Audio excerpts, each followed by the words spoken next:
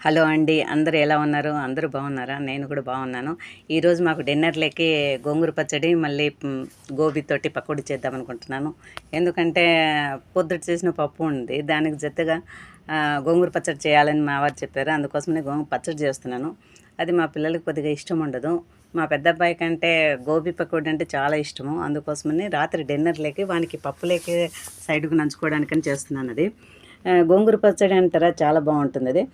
గోబీ ఎలా తయారు చేయాలంటే శనగపిండి, జీలకర్ర, ಮತ್ತು అದ್ರ జೊತೆಗೆ కాలీఫ్లవర్ పౌడర్ కొద్దిగా, అల్లం వెల్లుల్లి పేస్ట్ వేసాను, కారం, ఉప్పు అన్నీ వేసి కలిపేసి ఉంచుకొని తర్వాత పకోడీలాగా వేసేసాను.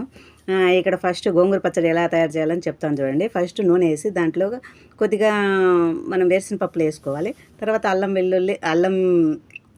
వెల్లుల్లి ఒకటి వేసాను. దాని తర్వాత ఉల్లిగడ్డలు వేసుకొని కొద్దిగా పచ్చిమిరపకాయలు చాలా ఎక్కువగానే వేసాను. ఎందుకంటే కారం ఎక్కువ మనకి ఇష్టం కదా. మేము ఎక్కువగా కారం తింటుంటాము. పచ్చిమిరపకాయలు ఎక్కువగా యూజ్ చేస్తాను నేను. రోజుకు ఒక 1/4 కేజీ అన్నా అయిపోతుంటాయి మా ఇంట్లో. ఎందుకంటే పప్పు ఎక్కువ చేస్తున్నాను దానికి అందుకోసమని. గోంగూర పచ్చడిలో కూడా ఫస్ట్ కారం ఎక్కువగా ఉండాలండి.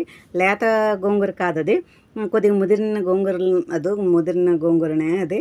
అందుకోసమనే దాంట్లో కొద్దిగా పుల్లగా ఎక్కువ ఉంటుంది కదా.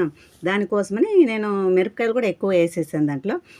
దాని జೊತೆ కొద్దిగా జీలకర్ర కూడా వేసేస్తాను ఎప్పుడు ఫస్ట్గా. కొద్దిగా దాంట్లో పసుపు అన్నీ వేసాను. ఆల్రెడీ గోబీ పకోడీ రెడీ అయిపోయినాయి. ఇది మా అబ్బాయికి చాలా ఇష్టం అని చెప్పాను కదండి. వాని కోసమని సపరేట్ చేశాను అది డిన్నర్లోకి.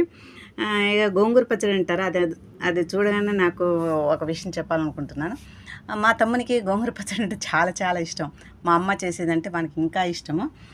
ఎప్పుడు వచ్చినా కానీ వాడు అదే చేయించుకొని తినేవాడు. ఎక్కడ చదువుకునేటప్పుడు కానీ ఎప్పుడైనా కానీ మా అమ్మ చేస్తే చాలా రుచిగా టేస్ట్గా ఉంటుంది. అన్నం పచ్చడి చేసినామంటే చాలు, వాడు పచ్చడి అన్నమే తినేసేవాడు మొత్తము. ఆల్రెడీ అదంతా గోంగూర అదంతా మగ్గిపోయింది, బాగా నూనెలోనే ఫ్రై చేసింది. దానికి నూనె ఎక్కువగా పడుతుంది, కొద్దిగా ఎక్కువనే వేసి ఫ్రై చేసుకున్నాను. చేసిన తర్వాత ఇది మా అమ్మ ఇచ్చిన రోల్ చూడండి, చాలా బాగుంది. చిన్న రోల్ ఇచ్చిండే పెళ్ళైనప్పుడు. ఆ రోట్లో నేను ఎక్కువగా మిక్సీకి అప్పుడప్పుడు వేస్తుంటాను. మొన్న పచ్చడి చేసినప్పుడు కూడా మిక్సీకి వేసాను.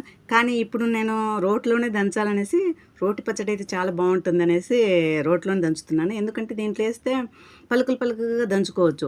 అదే మిక్సీకి వేస్తే మెత్తగా అయిపోతుంది, అంతగా టేస్ట్ ఉండదు. అందుకోసమనే నేను రోట్లోనే దంచుతున్నాను. ఆ ఉప్పు, దానికి సరిపడే ఉప్పు వేసేసాను. కారం మాత్రం చాలా ఎక్కువగానే ఉంటుంది అనుకుంటున్నాను. ఆల్రెడీ రెడీ అయిపోయింది. అందుకోసమని మొత్తం తీసి మెత్తగా అయిన తర్వాత తీసి పెట్టాను. దీంతో అన్నం తిన్నామంటే, కొద్దిగా నెయ్యి వేసుకొని వేడి అన్నంలో తిన్నామంటే చాలా టేస్ట్ ఉంది. మటన్ చికెన్లు కూడా పనికిరావు దాని ముందు. దిగుదిడిపోయి అనుకుంటాను నేను. ఎందుకంటే మటన్ చికెన్ చేసినప్పుడు కూడా నేను పచ్చడి కంపల్సరీగా నైట్ టైంలో చేస్తాను.